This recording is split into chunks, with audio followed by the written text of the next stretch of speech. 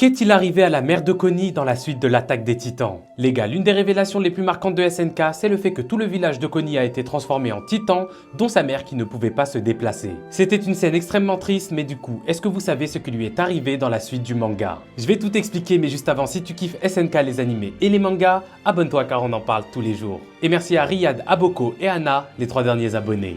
Après qu'il se soit rendu compte que ce titan était sa mère, Connie n'a pas pu se résigner à la tuer. Du coup, ils l'ont laissée au même endroit, comme ils savaient qu'elle ne bougerait pas de toute façon.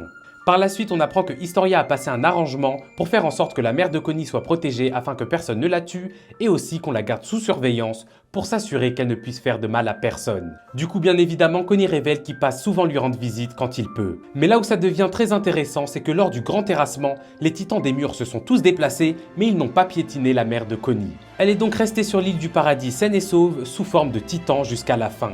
Mais comme Eren a levé la malédiction des titans et a retransformé tous les titans du monde entier en humains, la mère de Connie n'a pas fait exception, elle a retrouvé son état normal en même temps que tout le monde. Et donc finalement les gars, lorsque Connie a pu revenir sur l'île, il a pu retrouver sa mère saine et sauve.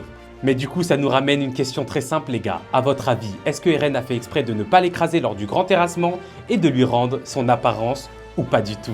Dites-moi ce que vous en pensez en commentaire, comme d'hab moi je vous lis et je vous réponds, mais jusqu'alors, je suis out.